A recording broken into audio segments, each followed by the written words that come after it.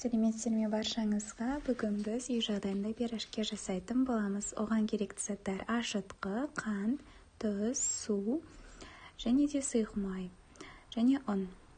Осы айтылған заттарды осындай көлемді ыдысқа ең алдымен жылы су, ашытқы, қант, тұз және май қосып жақсылап араластырып, ұн қосу арқылы жұмсақ қамыр илейміз.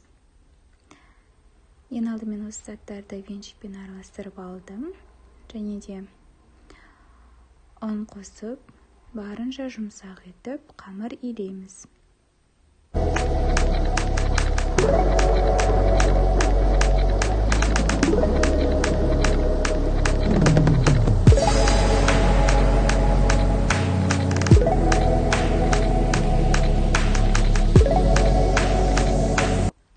Осы дайын болған қамырды, жұмсақ қамырды біз жылы жерге 45 минутқа қойып қоямыз. Үстін пленкамен жауып, жылы жерге қойдым. Және де осындай үлкен қамыр дайын болды, көтеріліп. Бүгін мен капустамен жасайтын боламын, және капустамен қамырымызды әрбір бөліктерге бөліп, осындай пирожкилер жасап шығамыз.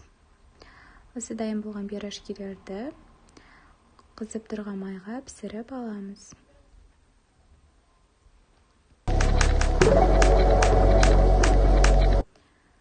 Пирожкилер өте дәмді, өте жұмсақ болып шықты. Жасап көріңіздер.